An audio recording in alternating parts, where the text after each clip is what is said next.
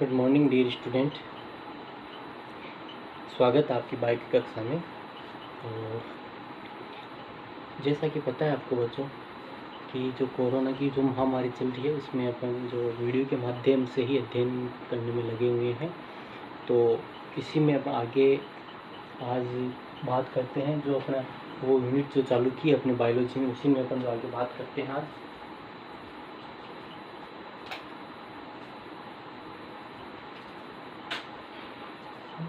तो उसमें जैसे अपने बच्चों बात करें तो अपने जो टॉपिक चल रहा था, इसमें जो टॉपिक चल रहा है वो है जीव विज्ञान के अंदर अपन इकाई 3 स्टार्ट करी थी अपन, ठीक है। जो 3री इकाई आपके और कोशिका संरचना कार्य यूनिट का नाम था। और जो अपना चैप्टर वो अपने स्टार्ट किया था 8th चैप्टर स्टार्ट किया था, और चैप्टर का नाम था कोशिका जीवन की इकाई, ठीक है। इससे पहले वाले लेक्चर में अपन ने एक उसका समग्र जो अवलोकन किया था कोशिका का, भाई कोशिका कितने प्रकार की, जैसे प्रोकैरियोटिक कोशिका होती है, यूकैरियोटिक कोशिका होती है। वो कोशिका थी इनके अंदर सुविकसित प्रकार का केंद्र पाया जाता है, वो कौन सी होती है? यूकैरियोटिक कोशिका होती है। जिनके अंदर विकसित प्रकार का केंद्र नहीं पाया जाता वो कौन सी होती है? प्रोकैरियोटिक कोशिकाएं होती है।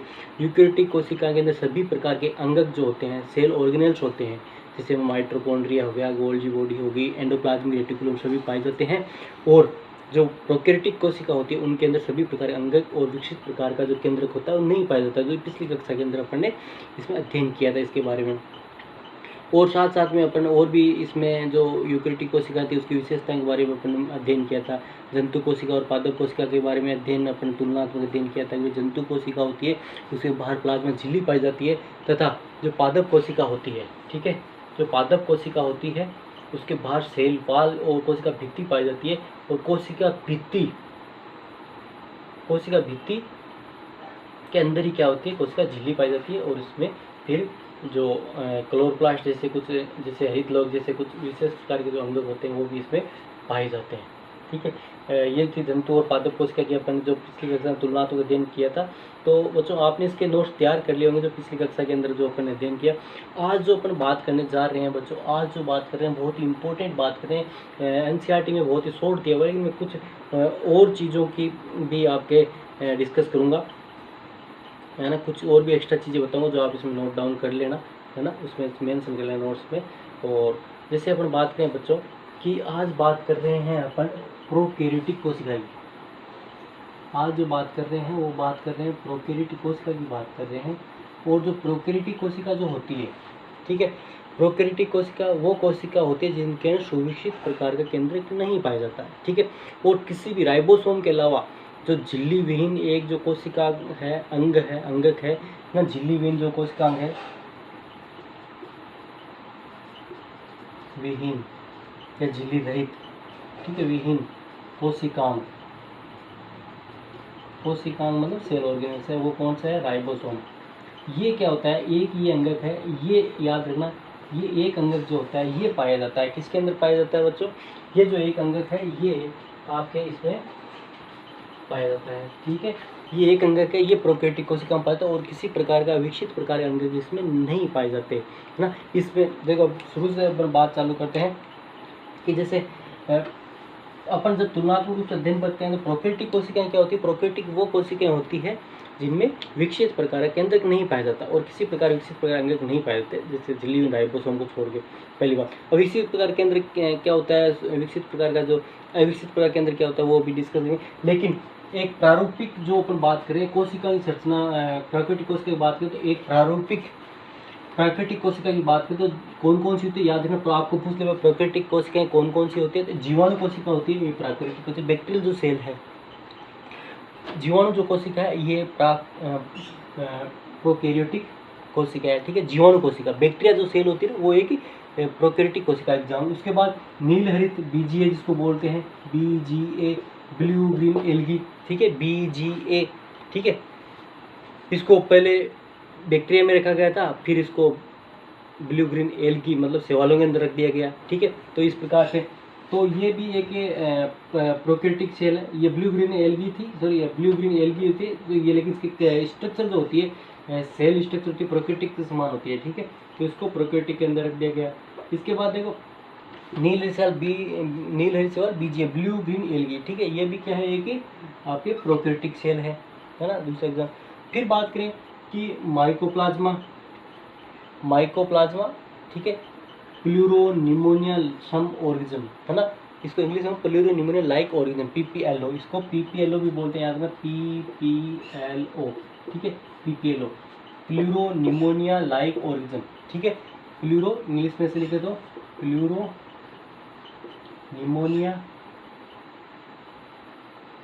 लाइक ऑर्गेनिज्म,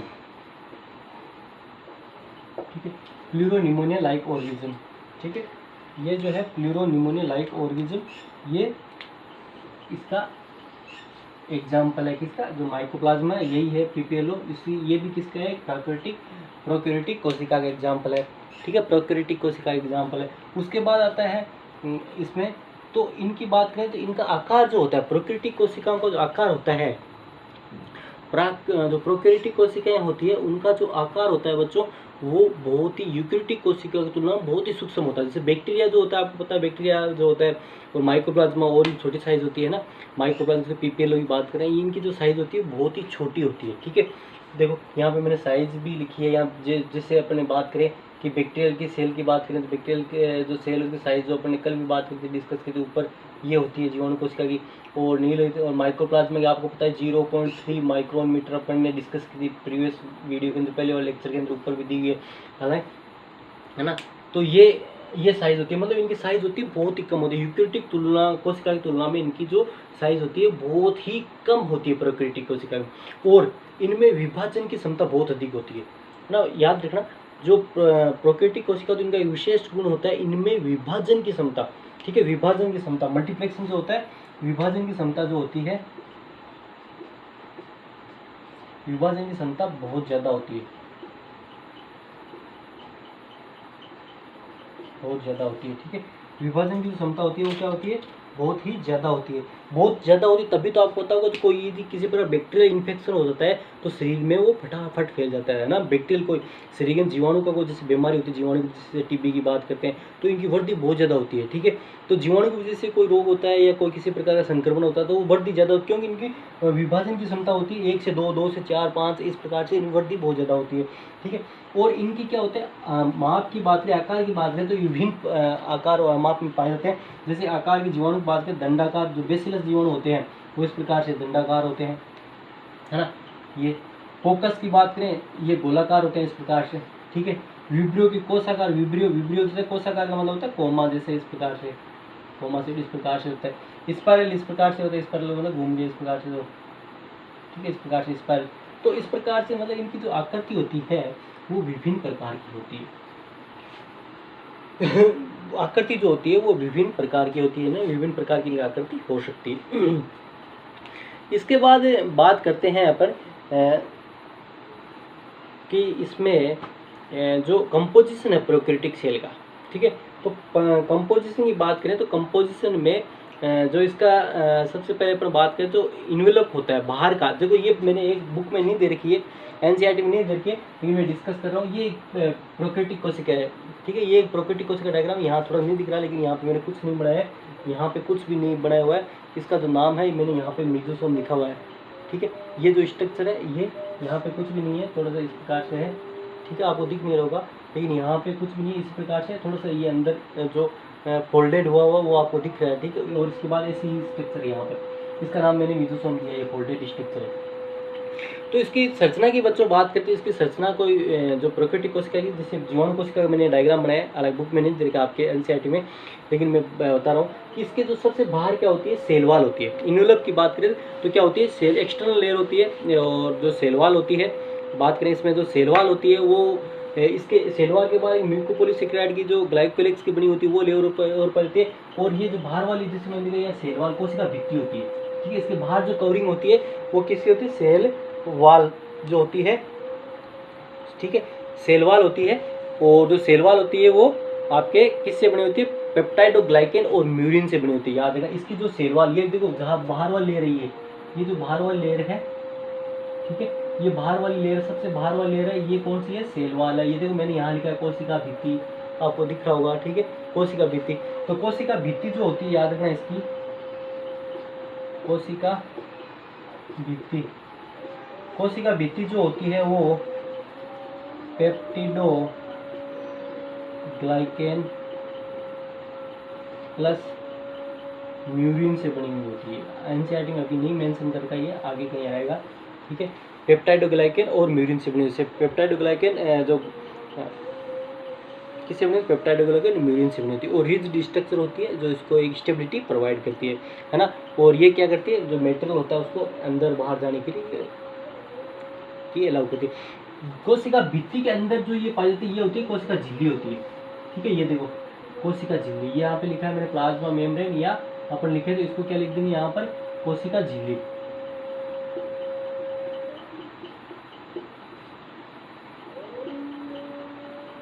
कोशिका झिल्ली, कोशिका भित्ति के अंदर बच्चों क्या होती है, कोशिका झिल्ली होती है। और कोशिका झिल्ली होती है ना, वो अंदर पाई जाती है और कोशिका झिल्ली इसके अंदर पाई जाती है। दूसरी बात है कोशिका झिल्ली के अंदर, यहाँ विशेष बात है कोशिका झिल्ली के अंदर क्या अंतर्वलन पाया जाता है। ये देखो अंतर्वलन, ये देखो अंतर्वलन, ये रहा अंतर्वलन पाया जाता है।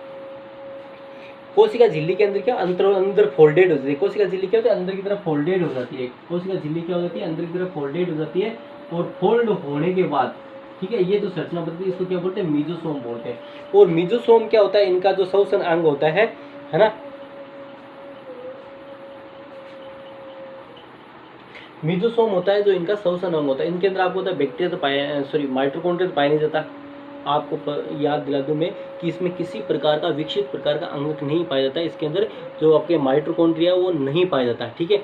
माइटोकॉन्ड्रिया अपने अंदर जो यूकैरियोटिक कोशिका की बात करते हैं, यूकैरियोटिक कोशिका का श्वसन का कार्य होता है वो माइटोकॉन्ड्रिया के अंदर होता है, मतलब ऊर्जा का जो उत्पादन होता है।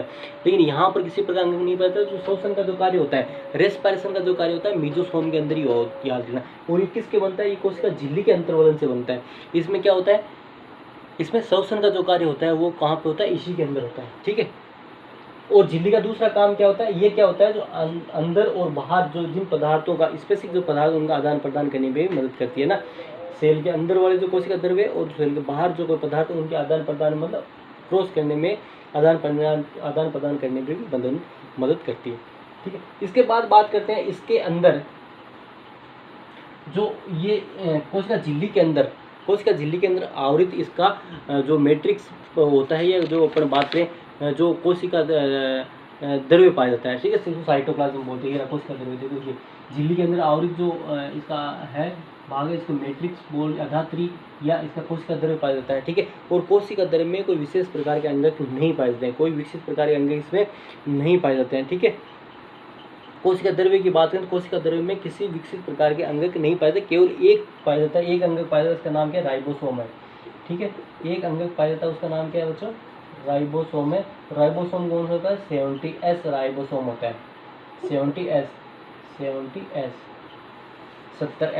70S का मतलब क्या होता है बच्चों, 70S का मतलब है, S का मतलब है स्वेडब्रेग, यहाँ पे S का मतलब स्वेडब्रेग ने राइबोसोम को साइज के आधार पर विभेदित किया था, उनका वर्गीकरण किया था। इसलिए इसके अंदर जो राइबोसोम पाया जाता है ये ना, इसके अंदर एक ही प्रकार का झिल्ली में कोशिका अंग पाया जाता है और किसी प्रकार का अंग इसमें नहीं पाए जाते। माइटोकॉन्ड्रिया, हरित लवक, एंडोप्लाज्मिक रेटिकुलम, गोल्जी बॉडी, है ना, किसी प्रकार के कोई प्रकार के अंग इसमें नहीं पाए जाते। केवल और केवल एक अंग पाया जाता है जिसका नाम क्या है बच्चों, जिसका नाम क्या है, जिसका नाम आपके राइबोसोम है। वो भी कौन सा, 70S प्रकार का होता है। और 70S प्रकार के आगे अपन बात करें जिसकी दो इकाई होती है, 40S, ठीक है, नहीं 50S,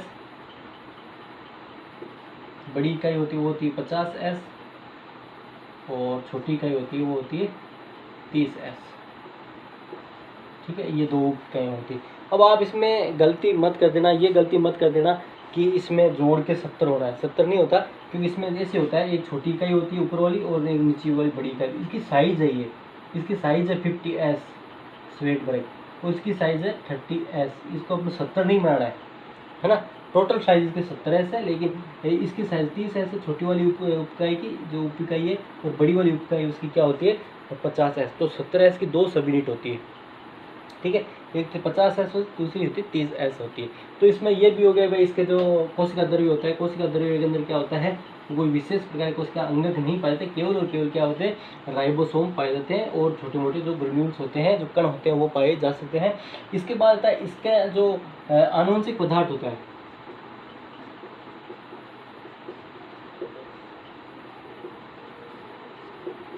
ठीक है। आनुवंशिक जो पदार्थ होता है बच्चों, इसका जो आनुवंशिक पदार्थ होता है उसको केंद्रकाभ बोलते हैं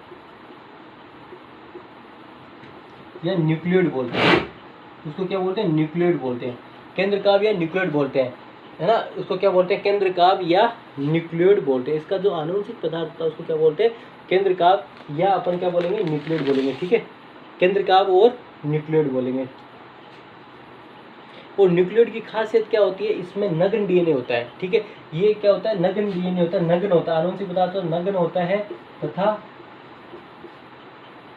केंद्रक झिल्ली द्वारा आवृत नहीं होता है। इसके जो न्यूक्लियोइड है या जो केंद्रकाभ की बात कर रहे हैं, इसकी खासियत क्या है बच्चों कि ये जो देखो इस प्रकार नग्न डीएनए से ही पड़ा रहता है। इसमें नग्न डीएनए पड़ा, इसको क्या न्यूक्लियोइड केंद्रकाभ बोलते हैं, ठीक है। इसमें जो नग्न डीएनए होता है वो इसी प्रकार से नग्न होता है, मतलब डीएनए होगा नग्न हो, किसी से झिल्ली से आवृत नहीं, तभी तो विकसित प्रकार का नहीं होता है। तभी तो विकसित प्रकार के अंदर यदि झिल्ली पाई जाती है इसके चारों तरफ, यदि केंद्र झिल्ली पाई जाती है तब तो ये विकसित प्रकार का केंद्र होता है। और विकसित प्रकार तो इसको क्या बोलते हैं अपन? यूकेरियोटिक कोशिका बोलते हैं। और इसके अंदर अभी झिल्ली नहीं पाई जाती, केंद्र झिल्ली चारों तरफ नहीं पाई जाती, केवल नग्न डीएनए ही पाया जाता है ना। किसी प्रकार की केंद्र झिल्ली से आवरण नहीं होता, केवल नग्न डीएनए, नग्न जो आनुवंशिक पदार्थ होता है वही पाया जाता है इसके अंदर, ठीक है। और इसी को क्या बोलते हैं? केंद्रकाभ या न्यूक्लियोइड बोलते हैं, ठीक है। इसी को क्या बोलते हैं? केंद्रकाभ और न्यूक्लियोइड बोलते हैं। इसके बाद इसमें आता है कि इसमें एक इसके आनुवंशिक पदार्थ के अलावा एक वर्ताकार डीएनए और पाया जाता है ना।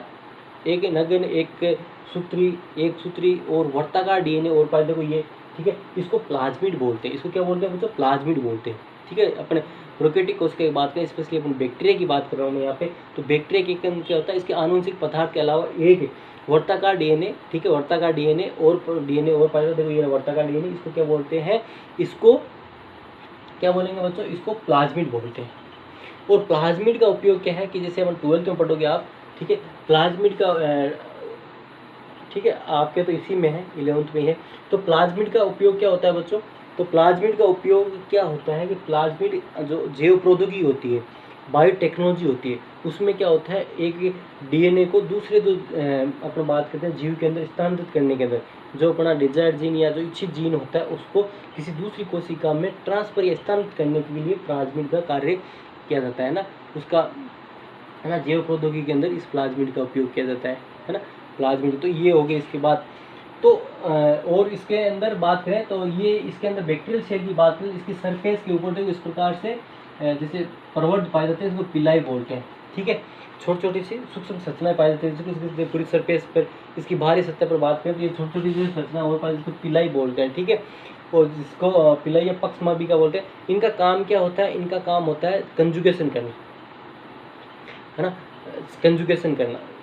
संभोग के समय जब दो बैक्टीरिया में जो कंजुगेशन होता है उसमें क्या होता है? आनुवंशिक पदार्थ होते हैं वो आपस में ट्रांसफर हो जाते हैं। और यहाँ पर क्या होता है? एक कसाबी का जो फ्लैजिला होता है वो भी पाया जाता है, ठीक है। जो फ्लैजिला है, ठीक है, कसाबी का, इसको फ्लैजिला बोलते हैं, फ्लैजिला, ये भी पाया जाता है। इसमें क्या होता है? फ्लैजिला। बैक्टीरिया सेल की बात करें तो बैक्टीरिया जो होते हैं, कुछ जो बैक्टीरिया होते हैं वो गतिशील होते हैं, कुछ जो बैक्टीरिया होते हैं वो अगतिशील होते हैं। जो गतिशील बैक्टीरिया होते हैं उनके अंदर जो मोटाइल होते हैं, ठीक है, उनके अंदर ये फ्लैजिला पाया जाता है। और फ्लैजिला जो होता है, ठीक है, ये क्या करता है? उसको गति करने में, मतलब इस प्रकार से गति करने में मदद करता है, ठीक है। और ये जो पिलाई होती है, इनका जो होता है, इनका गति से कोई मतलब नहीं होता है, ठीक है। ये गति से मतलब इनका कुछ नहीं होता है। ये क्या होते हैं? जो इनमें कंजुगेशन मतलब इनमें संयोजन होता है तो उनको जोड़ने में काम होती है। ट्यूब लाइक स्ट्रक्चर, तो दो बैक्टीरिया जुड़ेंगे ना, दो बैक्टीरिया के बीच में ट्यूब लाइक स्ट्रक्चर बन जाएगी इस प्रकार से। तो उससे क्या होता है? इनका आनुवंशिक पदार्थ होगा वो ट्रांसफर हो जाता है, तो उसमें ये काम करती है।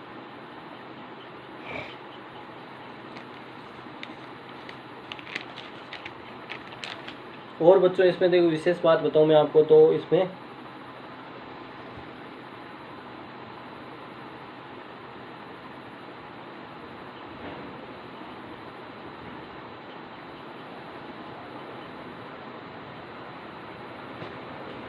ठीक है। और जैसे अपन स्पेशल बात करें इसमें तो आपके जो हो जाएगा,